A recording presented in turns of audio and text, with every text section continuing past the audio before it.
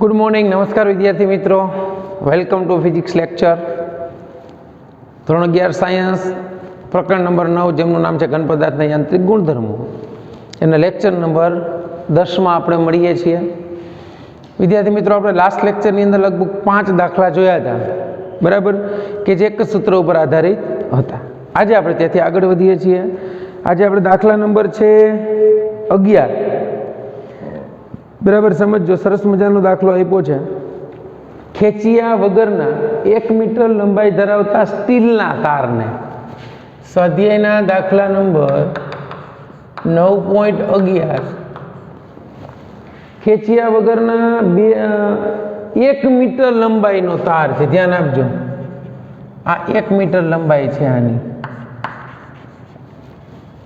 1 metre લંબાઈના તારને છેડે અહીંયા કંઈક દળ લટકાયું છે એમ, જે છે 14.5 કિલોગ્રામ.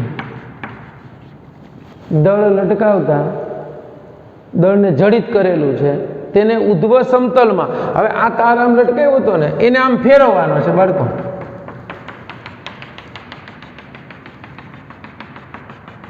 આ તારને આપણે આમ ફેરવું વજન લટકાવીને. એટલે આ ખરેખર આ બધું શું થઈ ગયું? એની ત્રિજ્યા થઈ ગઈ. આ તો એક સરસ મજાનો વર્તુળાકાર પથ મળી ગયો, એનું સેન્ટર થઈ ગયું જ્યાંથી લટકાવેલો છે એ. એટલે આ તાર ઉપર વજન બળ નીચેની તરફ લાગે. ધ્યાન આપજો, અહીંયા તણાવ બળ લાગે. હવે આપણું 5મા ચેપ્ટરમાં ભણી ગયા. હવે આ વર્તુળમય ગતિ કરે છે, અને ફેરવીએ છીએ તો અહીં નિમ્નતમ બિંદુ પાસે જો ફરે છે, સ્થિર નથી. એટલે નિમ્ન બિંદુ પાસે ધ્યાન આપજો, ન્યાયની પાસે પરિણામી બળ કેટલું હશે? તો કે T - mg = કેન્દ્રગામી બળ જેટલું હશે. તો ન્યા તણાવ બળ તમારે ગણવું હોય તો mg + mv²/r થાય.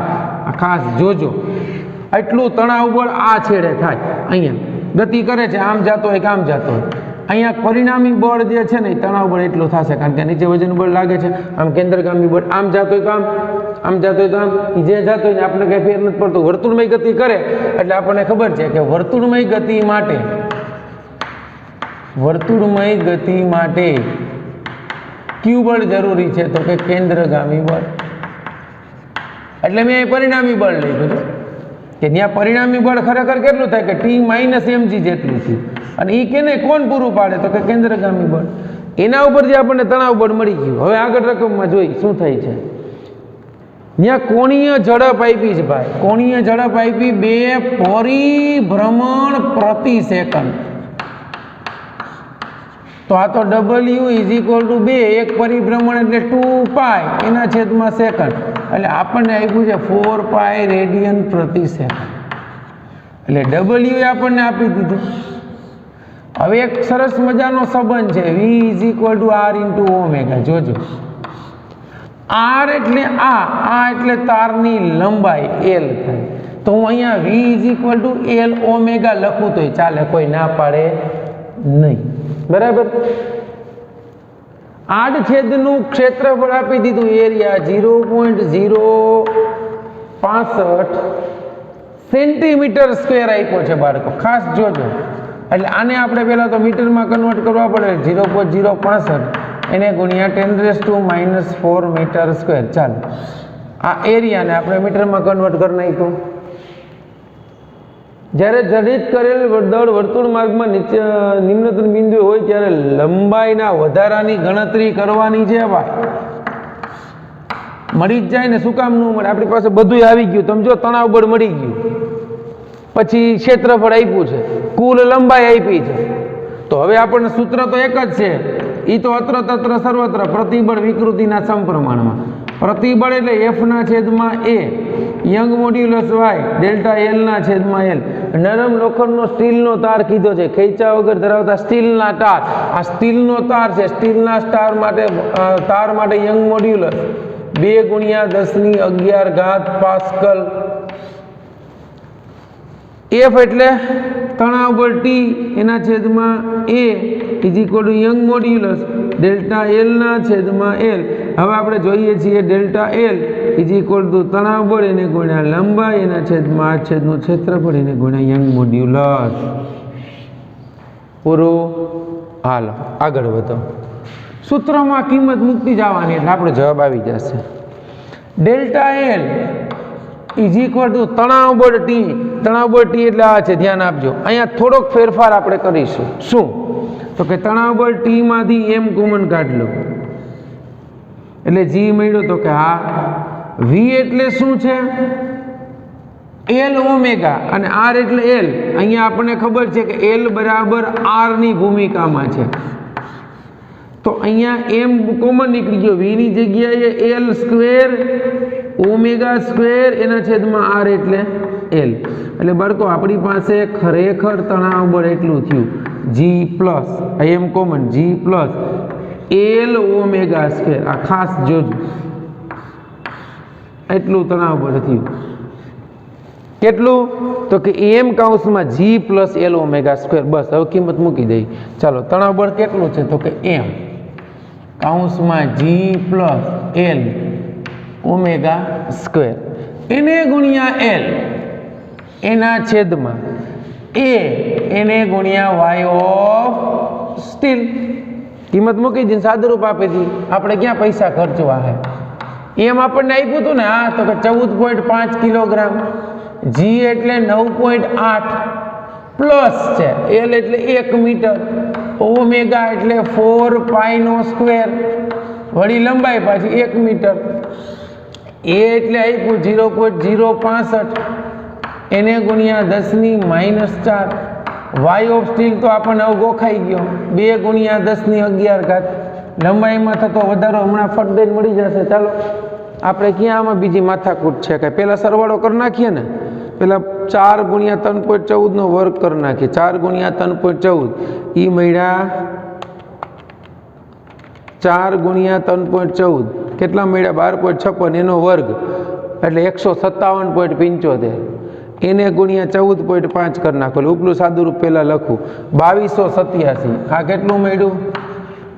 2287.42. સમજાણું? શું કર્યું? 4 ગુણ્યા 3.14 વત્તા 9.8 એને ગુણ્યા 14.5 એટલા મળ્યા. ભાગ્યા 0.065 એને ભાગ્યા 2 એટલે આપણને મળ્યું 17,595. કાંઈક મિસ્ટેક થઈ છે. 4 × 3.14 એટલે આપણને મળ્યા 12.56 એને ગુણ્યા વર્ગ કરી નાખો એટલે 12.56 નો વર્ગ એટલે 157.75 એને ગુણ્યા 14.5 એ મળ્યા 2287. એને ભાગ્યા 0.065 એને ભાગ્યા 2 એટલે આન્સર મળ્યો 175.95. સાદુ રૂપમાં ક્યાંક લોચો થયો છે.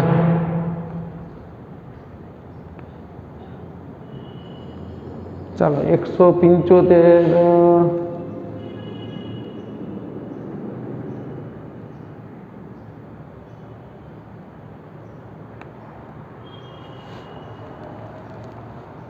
2 પરિભ્રમણ પ્રતિ સેકન્ડ છે ને.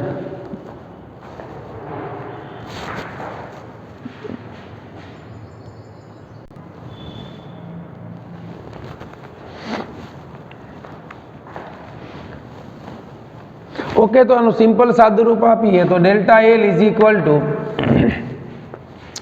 4 × 3.14 12.56 એનો વર્ગ 157.75 પ્લસ 9.8 એટલે 167.55 એને ગુણ્યા 14.5.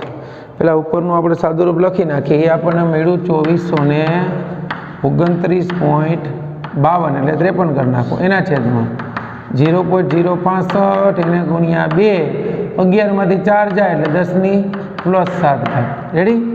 તો delta L is equal two આને ભાગ્યા સીધા કરીએ 0.065 એને ભાગ્યા 2 એટલે આપણને બાળકો મળ્યું 186.88.67. આ ઉપર જાય એટલે માઇનસ. રેડી? એટલે delta L is equal two આમ લખું તો સીધું આમ લખી શકું 1.87 એને ગુણ્યા 10⁻³ મીટર. એટલે આ તાર 1 મીટર લંબાઈના તારના છેડે 14.5 કિલોગ્રામ દળ લટકાવી અને જો એ તારને ફેરવવામાં આવે તો એની લંબાઈમાં થતો વધારો 1.87 મિલીમીટર થાય. ઓકે, ચાલો આ લખી લ્યો, પછી નેક્સ્ટ દાખલો ગણીએ.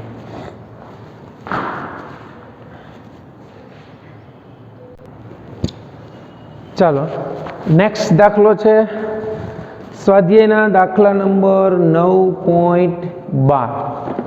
બરાબર, એકદમ સિમ્પલ સૂત્ર. હવે દાખલા હવે ટૂંકા છે. એક હજી આના પછીનો 9.13 જે છે એ થોડોક કેલ્ક્યુલેટિવ છે, બાકી તો સિમ્પલ છે. નીચે આપેલી માહિતી પરથી પાણી માટે બલ્ક મોડ્યુલસની ગણતરી કરવાની છે. સ્વાધ્યાયના દાખલા નંબર 9.12 પાણી માટે બલ્ક મોડ્યુલસ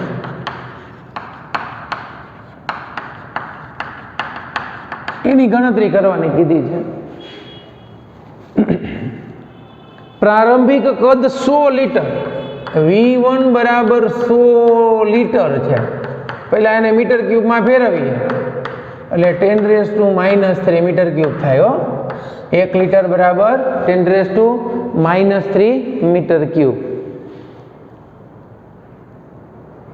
લીટર દબાણનો વધારો 100 ATM છે, એટલે દબાણનો વધારો એટલે ડેલ્ટા પી 100 ATM છે. 1 ATM એટલે મેં તમને આની પહેલાં કીધેલું છે 1.013 એને ગુણ્યા 10⁵ પાસ્કલ. આનું ડિટેલમાં જે આપણે દબાણની વ્યાખ્યા ને બધી 5મા ચેપ્ટર 10મા ચેપ્ટરમાં ભણીશું. 1 ATM બરાબર આપણે અંતિમ કદ એટલે V2 એ કેટલું છે તો કે 100.5 લીટર, એટલે એ 100.5 એને ગુણ્યા બરાબર આ કદને મીટર ક્યુબમાં ફેરવી નાખ્યા.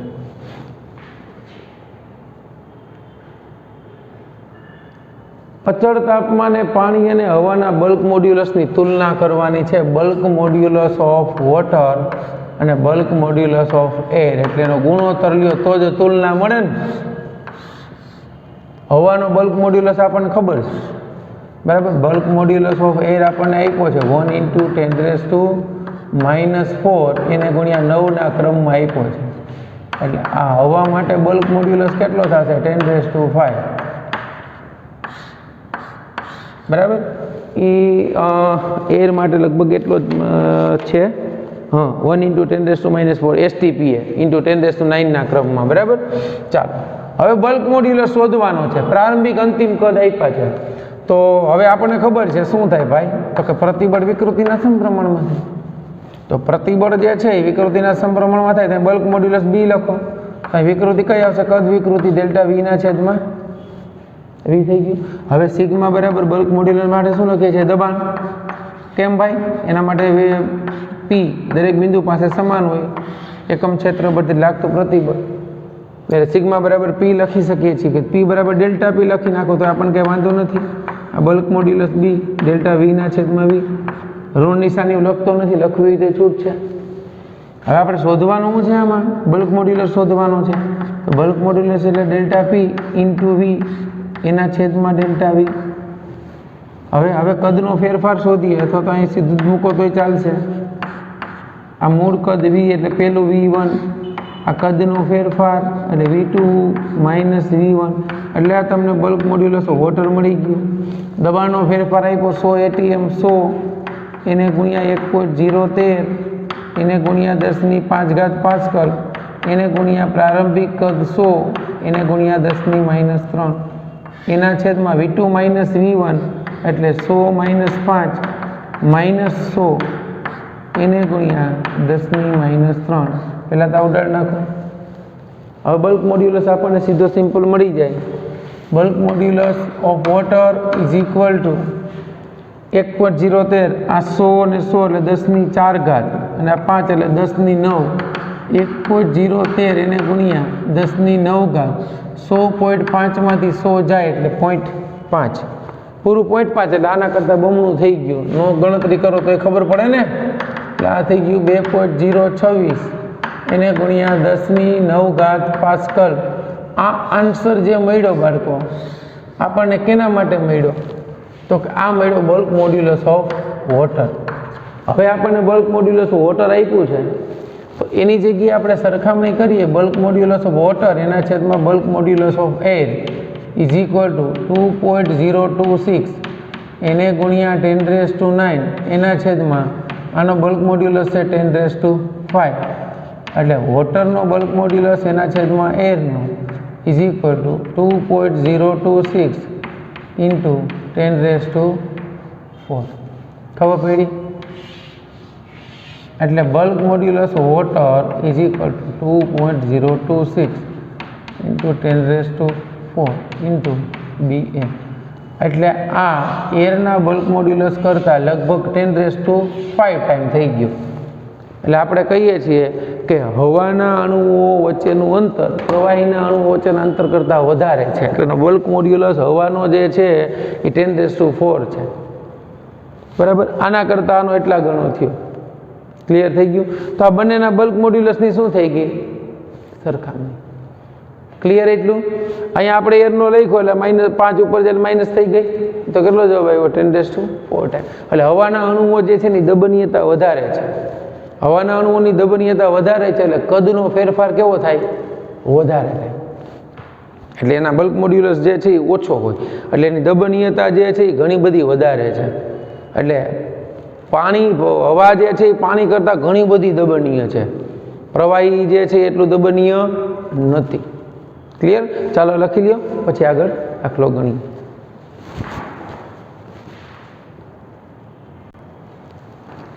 ચાલો, સ્વાધ્યાયના દાખલા નંબર 9.13.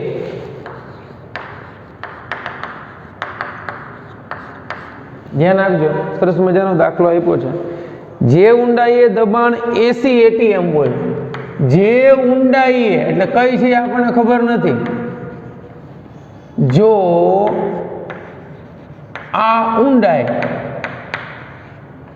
H' હોય તો ત્યાં દબાણ P બરાબર 80 ATM છે. એટલે ઘણી વખત એમ કહે છે કે આ ઊંડાઈ એટલે વિચારેલી ઊંડાઈ. ત્યાં આવો શબ્દ છે, જો કથિત ઊંડાઈ દબાણ એટલું હોય તો ત્યાં ઘનતા શોધો. એટલે દબાણ એટલું છે અને ઘનતા ρ' છે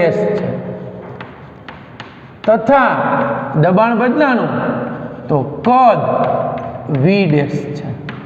આ કથિત ઊંડાઈ એટલે એક સમુદ્રની સપાટી છે એનાથી એટલી ઊંડાઈ, અમુક ઊંડાઈ એટલું દબાણ છે, તો કદમાં એટલો ફેરફાર થાય. તો આપણે એમ કહી શકીએ, જો સપાટી પર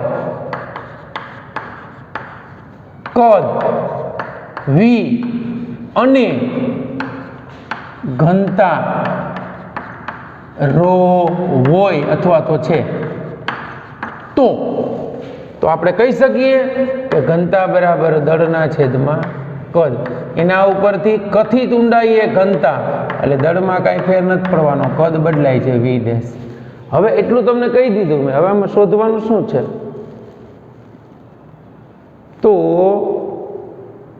પાણીની ઘનતા તમને આપી છે, આ ઘનતા આપી દીધી 1.03 એને ગુણ્યા 10⁻³ પાસ્કલ, સોરી કિલોગ્રામ પ્રતિ મીટર ક્યુબ. જો એટલી ઊંડાઈ એ ઘનતા ρ' છે, પણ આપણને સપાટી ઉપરની પાણીની ઘનતા આપી છે. પાણીની દબનીયતા એટલે કી આપી દીધું. દબનીયતા એટલે બલ્ક મોડ્યુલસનો વ્યસ્ત 45.8 એને ગુણ્યા 10⁻11. અહીંયા જે છે એ પાસ્કલનો ઇન્વર્સ એકમ થઈ જશે. દબનીયતા એટલે બલ્ક મોડ્યુલસનો વ્યસ્ત. દબનીયતા તમને આપી દીધી છે, તો આપણે શોધવાનું શું છે ભાઈ? હા, ઘનતા ρ' શોધવાની છે ને. હાલો, થઈ ગયું.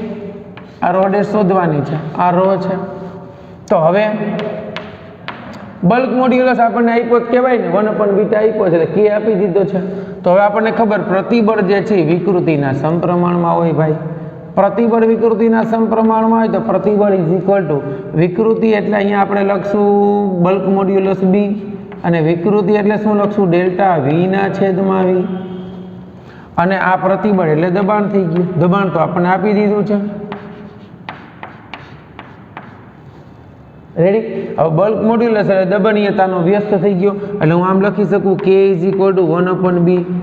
આના ઉપરથી B ને સૂત્રનો કરતા બનાવી લે એટલે B એટલે શું મળ્યું PV ના છેદમાં ડેલ્ટા V. તો અહીંયા આપણને K આપ્યું છે તો 1 ના છેદમાં BV એટલે PV એના છેદમાં ડેલ્ટા V. મતલબ આપણને K આપી દીધો તો K = આવું સૂત્ર થયું ને ડેલ્ટા V ના છેદમાં PV. તો આપણને આ મળી જાય ઇઝી. જો કઈ રીતે મળશે? આ P આપી દીધું છે, K આપી દીધું છે, તો આ જે કદનો ફેરફાર લેશું ને એમાં ઘનતા આવશે એ આપણે શોધવાની છે. એ આપણે પ્રયત્ન કરીએ. ચાલો હવે તો કે V = m ના છેદમાં ρ થાય. આ પ્રારંભિક કદ. આ અંતિમ કદ V' = m ના છેદમાં ρ' થાય. તો કે હા. હવે કદનો ફેરફાર એટલે મોટામાંથી નાનું બાદ અહીંયા કદ વધારે હશે એ ઓછું હશે તો શું થશે? V - V' લીધું તો કદ ડેલ્ટા V = V એટલે m ના છેદમાં ρ માઇનસ m ના છેદમાં ρ' m કોમન એટલે 1/ρ માઇનસ 1/ρ'. જોજો હવે મારે ડેલ્ટા V ના છેદમાં V જોઈએ છીએ ને બાળકો, તો હું આ સમીકરણને સીધું V વડે ભાગી નાખું એટલે ડેલ્ટા V ના છેદમાં V મળી ગયું. આને સીધું V વડે ભાગી નાખું એટલે અહીંયા લસા લઈ લઉં હું ρ' માઇનસ ρ એના છેદમાં ρ × ρ'. હવે તો કે m ના છેદમાં V એટલે તો ρ થાય. આર્યું તો આ સપાટી ઉપરની ઘનતા થઈ ગઈ એના છેદમાં ρ' એના છેદમાં ρ એના છેદમાં ρ માઇનસ ρ'. આ ρ કેન્સલ થઈ ગયા તો આપણને અહીંયા તો આવું મળ્યું ρ' માઇનસ ρ એના છેદમાં ρ'. તો આને આપણે સાદુરૂપ આપીએ તો ρ' ના છેદમાં ρ' માઇનસ ρ ના છેદમાં ρ'. આ કેન્સલ થઈ ગયા એટલે આપણને કદનો ફેરફાર કેટલો મળી ગયો તમે જોયું? એ સીધું એટલું જ મળી ગયું ρ ના છેદમાં ρ'. એટલે સહેલું થઈ ગયું. હવે આપણી પાસે જે આ સૂત્ર છે એમાં જુઓ તો K = ડેલ્ટા V ના છેદમાં V એને ગુણ્યા P છે. હવે કિંમત અહીંયા મૂકી દઈએ તો આ શું મળ્યું? 1/P. V એટલે શું મળ્યું? 1 ના છેદમાં ρ/ρ'. આપણે ρ' જોઈએ છીએ, K આપ્યો છે તો શું કરશું? KP = 1 minus ρ/ρ'. હજી ρ' જોઈએ છે તો ρ/ρ' શું થશે? આને આ બાજુ લઈ આવો એટલે 1 - KP થયું. ρ' ને સૂત્રનો કરતા બનાવવો છે તો ρ' ને ઓલી સાઈડ લઈ જાઓ એટલે અહીંયા મળ્યું 1 - KP. તો હવે ρ ની કિંમત છે 1.03 એને ગુણ્યા 10⁻³ આ સપાટી ઉપર ઘનતા 1 - K એટલે 45.8 એને ગુણ્યા 10⁻11 છે બરાબર. એને ગુણ્યા P એટલે 80 ATM એટલે 1.013 એને ગુણ્યા 10⁻5 છે. એના ઉપરથી ρ' = 1.03 એને ગુણ્યા 10⁻³ છેદમાં 1 - આ બેનો ગુણાકાર કરો એને 10⁻6 11 માંથી 5 જાય એટલે આપણે 45.8 એને ગુણ્યા 80 એને ગુણ્યા 1.013 એ આપણને મળ્યા 3711.63 એને -6 વડે ગુણ નાખીએ એટલે ભાગી નાખો એટલા વડે એટલે આપણને મળ્યું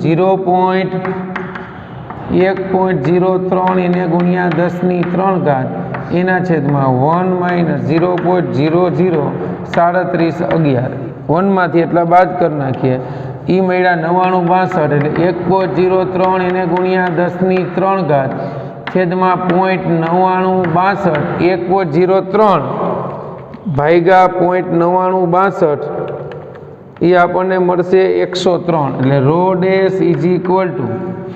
આપણે 1.03 ભાગ્યા 0.9962 એ આપણને મળ્યા 1.033 બરાબર સમજજો એને ગુણ્યા 10³ કિલોગ્રામ પ્રતિ મીટર ઘન. મતલબ શું થયો? કથિત ઊંડાઈ એટલે જે ઊંડાઈ હતી ત્યાં દબાણ 80 ATM હોય ને તો એની ઘનતામાં જાજો ફેર નથી પડ્યો. આ ઘનતા 1.03 હતી ને 1.033 થઈ. ક્લિયર થઈ ગયું? એટલે એટલા ATM દબાણે ઘનતામાં કાંઈ ફેર પડતો નથી. તો સમુદ્રની સપાટીથી એટલી ઊંડાઈએ પાણીની ઘનતા કેટલી મળી? 1.033 ગુણ્યા 10³ કિલોગ્રામ પ્રતિ મીટર ક્યુબ. ચાલો એટલું લખી લ્યો, પછી આગળ વધીએ. ચાલો હવે આવે છે સ્વાધ્યાયના દાખલા નંબર 9.14. હવે તો સિમ્પલ દાખલા છે, એક સ્ટેપના કાંઈ છે નહીં. જોજો ફટાફટ પૂરા કરીએ છીએ. 10 ATM જેટલા હાઇડ્રોલિક દબાણ હેઠળ રહેલા. દબાણ કેટલું છે ભાઈ? તો કે 10 ATM. એક ATM એટલે કેટલા હતા? તો કે 1.013 એને ગુણ્યા 10⁵ પાસ્કલ. એટલા પાસ્કલનું દબાણ થયું. તો કે હા. કાચના ચોસલા માટે કદના આંશિક ફેરફારની વિકૃતિ શોધવાની છે. એટલે કદનો આંશિક ફેરફાર. જો ΔV ના છેદમાં V મેળવો તો અલગ આવે અને ΔV મેળવો તો અલગ આવે. કાચ માટે આપણને બલ્ક મોડ્યુલસ આપી દીધો છે 37 એને ગુણ્યા 10⁹ પાસ્કલ. બરાબર. તો આપણે કદ વિકૃતિ એટલે વિકૃતિનો આંશિક ફેરફાર જે છે એ આપણે મેળવવાનો છે ખાલી. રાઈટ. તો આપણે શોધવાનું ΔV ના છેદમાં V જ મેળવવાનું છે. હવે આપણને ખબર છે શું?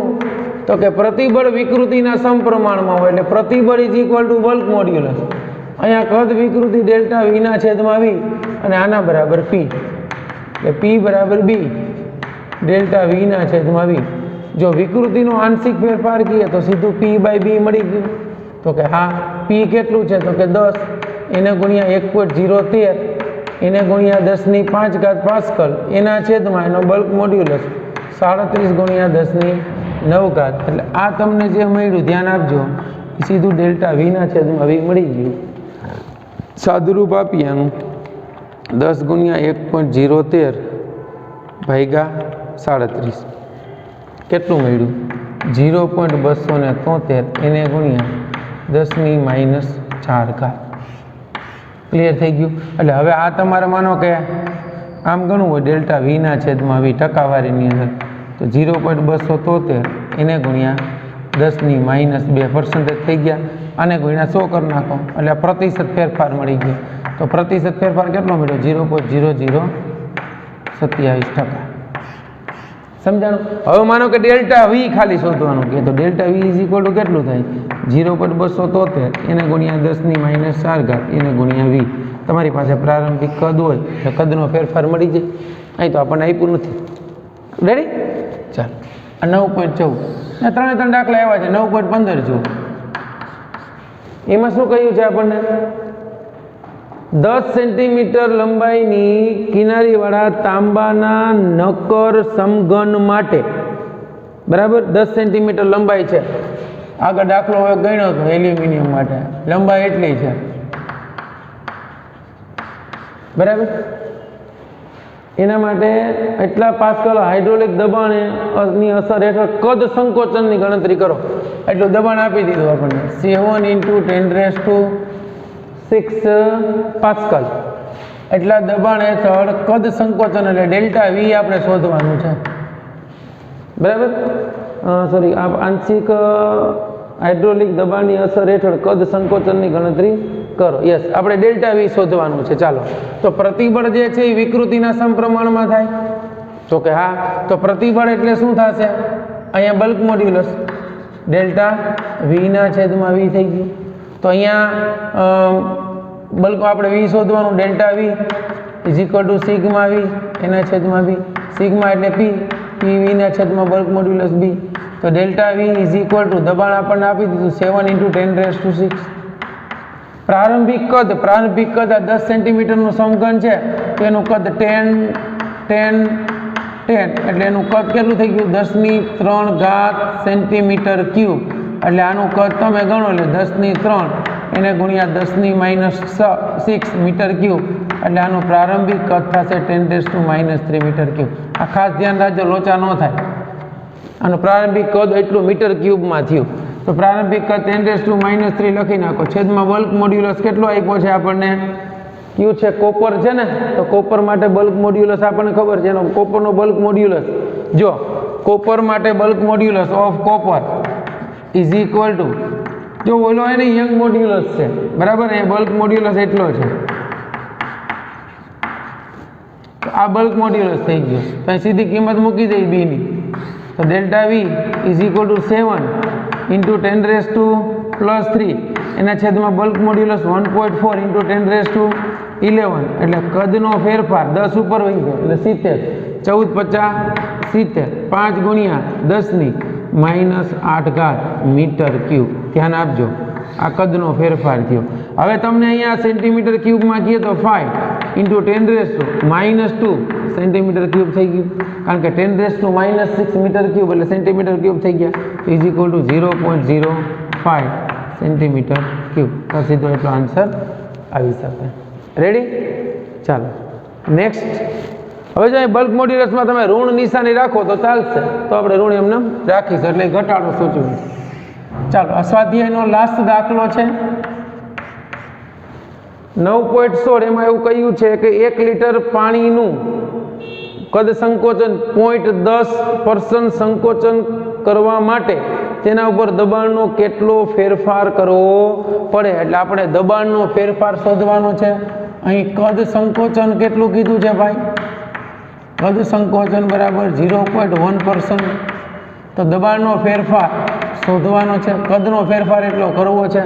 પ્રતિબળ વિકૃતિના સમપ્રમાણમાં હોય તો પ્રતિબળ is equal to bulk modulus કદનો ફેરફાર ડેલ્ટા વી ના છેદમાં વી.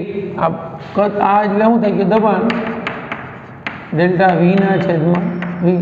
હવે આપણને ખબર છે કેનું કીધું છે જોવજી, પાણી માટે. ધ્યાન આપજો, દબાણમાં કેટલો ફેરફાર કરવો પડે. તો પાણી માટે બલ્ક મોડ્યુલસનું મૂલ્ય 2.2 × 10⁻19 છે. પાણી માટે બલ્ક મોડ્યુલસ 2.2 × 10⁻11 પાસ્કલ છે. તો અહીંયા આપણને દબાણનો ફેરફાર પીની જગ્યાએ ડેલ્ટા પી લખો તો કંઈ ફેર પડવાનો નથી. બલ્ક મોડ્યુલસ એમને રાખીએ ઇન્ટુ ડેલ્ટા વી ના છેદમાં વી. 0.1% ફેરફાર કરવો છે, તો બલ્ક મોડ્યુલસ 2.2 ઇન્ટુ 10⁻11 0.1. આ જે છે એમાં ફેરફાર કેટલો કરવાનો? 100%. એટલે આને ભાગ્યા 100 કરી નાખીએ તો delta P is equal two સાદુરૂપ આપી દો 2.2 ઇન્ટુ 10⁻11 ઇન્ટુ 10⁻³ એટલે delta P is equal two 2.2 into 10⁸ pascal. સમજાણું? કદની અંદર 0.1%નો ફેરફાર કરવાનો છે.